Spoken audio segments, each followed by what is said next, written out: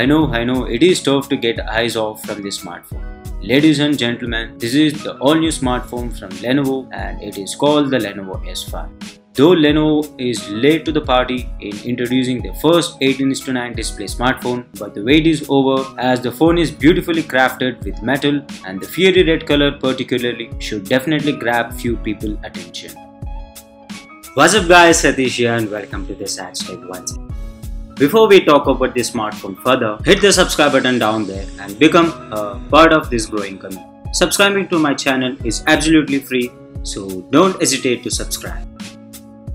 Before we learn about this smartphone, let's quickly jump into the unboxing part and see what all accessories comes inside this box. So this is the box itself and the outlook of the box is very minimal and no information is mentioned on the box. What I have here is a Chinese variant. The package and the accessories should be same as this when this phone gets launched in India. Opening the box, we got the phone on top. Let's keep this beautiful phone aside. We have the pin ejector next. There is a silicone cover which comes inside the box, which should look good with red color especially.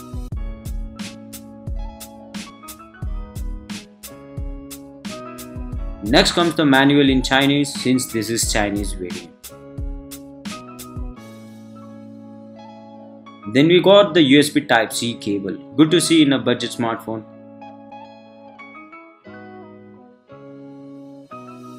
At last the Chinese power adapter, but don't worry, you will get Indian power adapter when we get this in India. Unfortunately there is no earphone in the box. So nothing else in the box, time to look at the smartphone itself. My first impressions on this phone is absolutely stunning, especially this color that's called the flame red.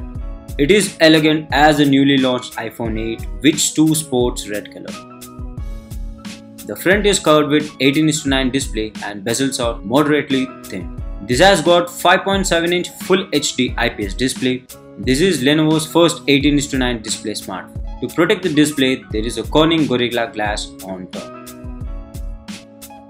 The phone measures just 7.8 mm thick and in real world it seems even more slimmer due to the curved edges. The phone weighs just 155 grams.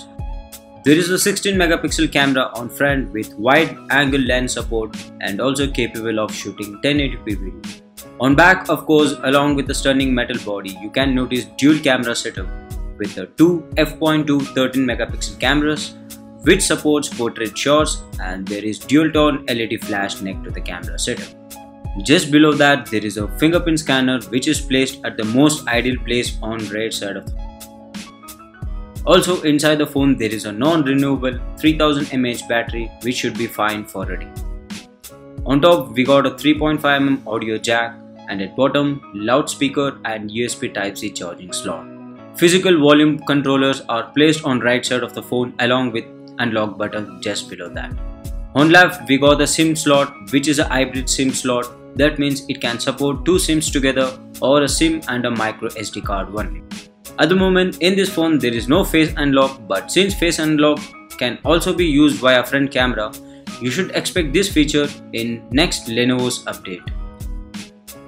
The phone comes in 32 and 64 GB variants and the variant that I have is 32 GB one. To access quick settings panel, swipe up from the bottom which is very similar to iOS interaction, and notifications panel can be accessed swiping down from top. And out of the box after the first boot, you will get around 23 GB of internal storage and around 1.3 GB of RAM. The Lenovo S5 runs on Android 8.0 Oreo along with the ZUI 3.7 skin on top of the OS. The phone has Snapdragon 625 chipset which is octa-core chipset. The user interface is light and there are few pre-installed applications that can't be uninstalled but can be disabled. The setting screen is very compact and minimal as you can see. In fact, there is option which is called U-Touch to hide the on-screen buttons and replace with gesture support, which something I personally don't wish to keep it as my default, but good to see this feature for who wants to use gesture based over on-screen type buttons. Coming to the camera department, There are 5 modes, that is the photo mode, video mode, pro mode, dual mode and the plugins mode. The pro mode gives you access to the ISO, shutter and so on for those who wish to play with these settings. If you wish to take pictures in bokeh mode, the dual mode helps you to take portrait shots and background blurriness can be customized as well. And there is a plugin mode which lets you to access slow-mo, panorama and AR portrait mode, which lets you to access AR emojis from the front camera. Here are some shots captured from this phone.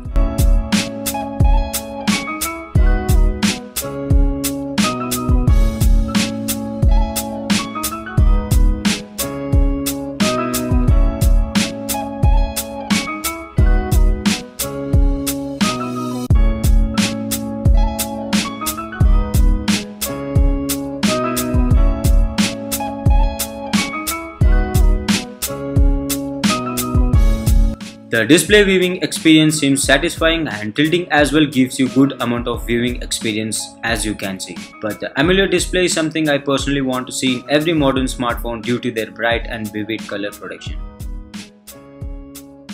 If you are wondering how the loudspeaker perform in this phone, here is the video and audio.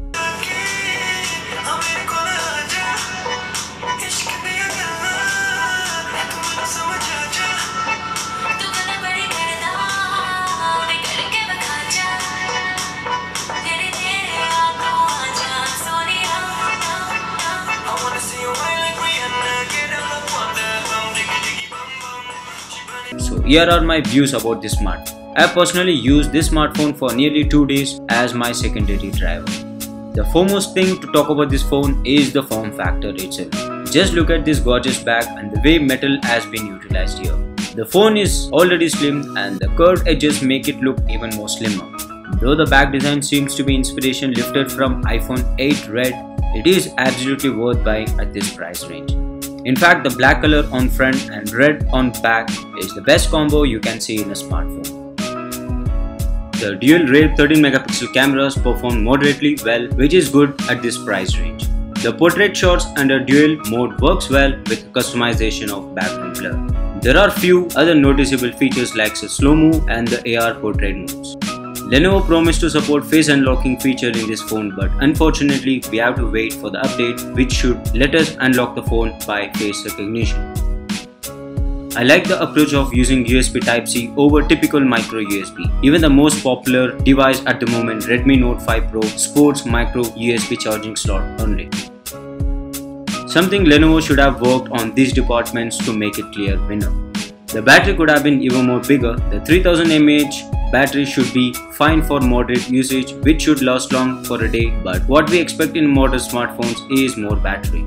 So that's all I got to talk about the all new Lenovo S5. So what do you think about this smartphone? Do not hesitate to comment below. If you have queries about this smartphone, I will make sure I will answer. So that's it for today. Time for me to sign off. This is Satish once again and thanks a lot for watching.